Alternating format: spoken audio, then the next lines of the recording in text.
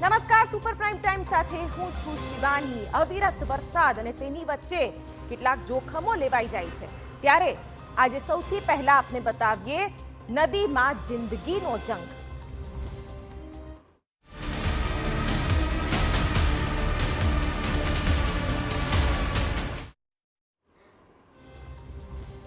સાબરકાંઠાના કડિયાદરા નજીક કરોલ નદીના કોઝવેને પાર કરવાનું સાહસ એક દંપતીને ખૂબ જ ભારે પડ્યું। નદીના ધસમસતા પાણીમાં કાર તણાઈ અને પતિ અને પત્ની બંને નદીમાં ફસાઈ ગયા। 3 કલાક સુધી નદીના પાણીમાં જીવન અને મોત વચ્ચે મુકાબલો ચાલતો રહ્યો। એક સમયે દંપતીએ મોતનો સાક્ષાત્કાર પણ કરી લીધો, પરંતુ અંતે ચમત્કાર થયો અને ફાયર બ્રિગેડે ભારે જહેમત બાદ બંનેને બચાવી લીધા।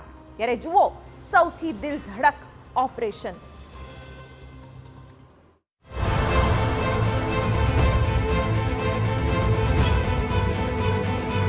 નદીનો ધસમસતો પ્રવાહ,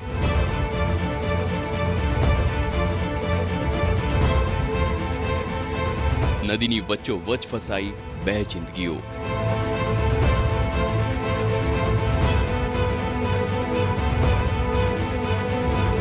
ગાંડી તૂર નદીને પાર કરવી પડી મોંઘી।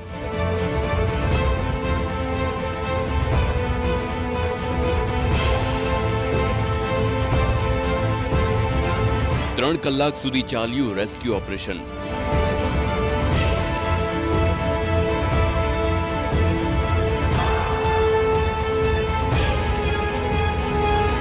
આવી ભૂલ આપ ક્યારેય ના કરતા।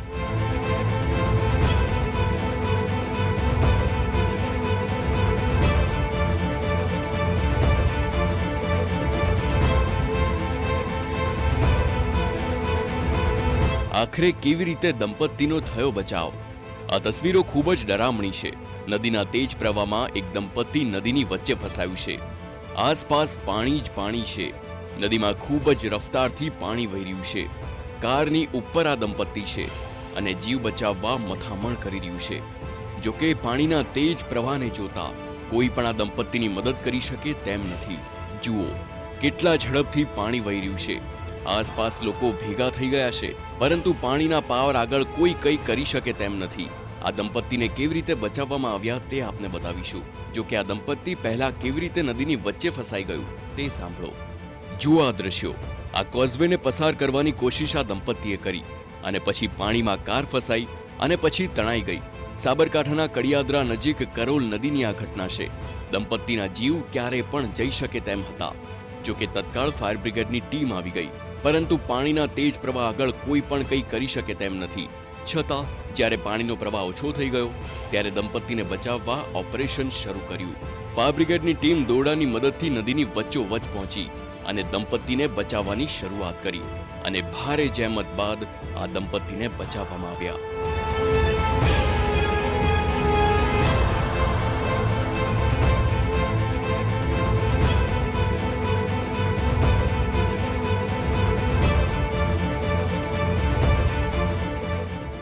ઈડરના કડિયાદરા નજીક કરોલ નદીમાં એક કાર તણાઈ હતી। કારની અંદર સવાર એક દંપતી પણ તણાયું હતું ને તેઓને બચાવવા માટે ફાયર બ્રિગેડ અને સ્થાનિકો દ્વારા પ્રયાસ કરવામાં આવ્યો હતો। ફાયર બ્રિગેડની ટીમ દ્વારા જે પાણી ઓછું થયું ત્યારબાદ તેઓને બચાવી લેવાનો પ્રયાસ કરવામાં સફળતા મેળવી છે। વાત કરીશું સ્થાનિક ફાયર બ્રિગેડના અધિકારી સાથે, કેવા પ્રકારે આ કાર જે છે તે પાણીમાં ફસાઈ હતી ને તેને બચાવવા માટે શું કરવામાં આવ્યું હતું?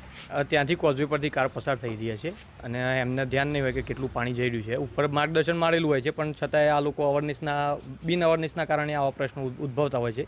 પણ એમાં આ લોકોએ જે કાર ફસાઈ એમાં દંપતી હતું, એ કારના બોનેટ ઉપર છત ઉપર બેસેલા હતા અને પાણી થોડું ઓછું થયું એટલે પછી ત્યાંની સ્થાનિક ઈડર ટીમે એમને બચાવી લીધેલા છે અને આપણી એક ટીમ ત્યાં ઈડરથી આગળ પહોંચેલી હતી અને બીજી ટીમ અહીંયાથી રવાના થઈ ગયેલી હતી। બંને ઓન ધ વે હતી અને બંને અધમાંથી પછી રિટર્ન બોલાય। દંપતીનો જીવ માંડ બચ્યો છે એવું કહી શકાય, કારણ કે ક્યારેય પણ દંપતી નદીના પાણીના ચપેટમાં આવી જાત। એક સમય પાણીનો પ્રવાહ એટલો વધી ગયો હતો કે દંપતી પાણીમાં તણાઈ જાત।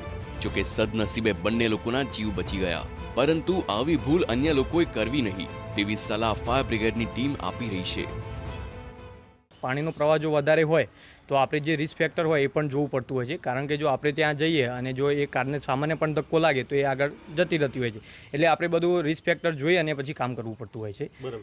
જે પ્રકારે એક સાઇન બોર્ડ પણ લગાવેલા હોય છે કે આટલા મીટર વધુ પાણી ઊંચાઈ હોય ડીપ બ્રિજ ઉપર કે કોઝવે ઉપર તો ન પસાર થવું, તેમ છતાં પણ લોકો પસાર થતા હોય છે. આવા લોકોને શું સમજણ આપશો? આ પ્રકારની આ જે મોન્સૂન કામગીરી ચાલે છે અત્યારે હાલ સરકારશ્રી દ્વારા ગાઈડલાઇન બહાર પાડવામાં આવતી હોય છે કે ઘણી જગ્યાએ આવી યલો એલર્ટ આપતું હોય છે, રેડ એલર્ટ આવતું હોય છે. તો આવી જગ્યાએ બને ત્યાં સુધી જો કામ ટાળી શકાય એવું હોય તો કામ ટાળી નાખવું જોઈએ.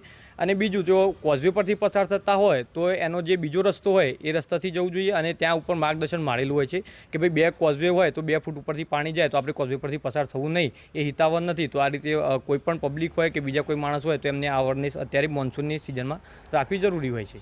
દંપતીનો જીવ તો બચી ગયો, જો કે આવી બેદરકારી આપને ભારે પડી શકે છે. આ ઘટનામાં તો કોઈ જાનહાનિ થઈ નથી, પરંતુ આવી રીતે જોખમ ખેડી નદીમાંથી પસાર થવું યોગ્ય નથી. આપની થોડી બેદરકારી મોતને આમંત્રણ આપી શકે છે. આપનું સાહસ આપના મોતનું કારણ બની શકે છે. એટલે આ સાહસ કરવાથી દૂર રહેવું જોઈએ. ઈડરથી અવનીશ ગોસ્વામી સાથે બ્યુરો રિપોર્ટ TV9.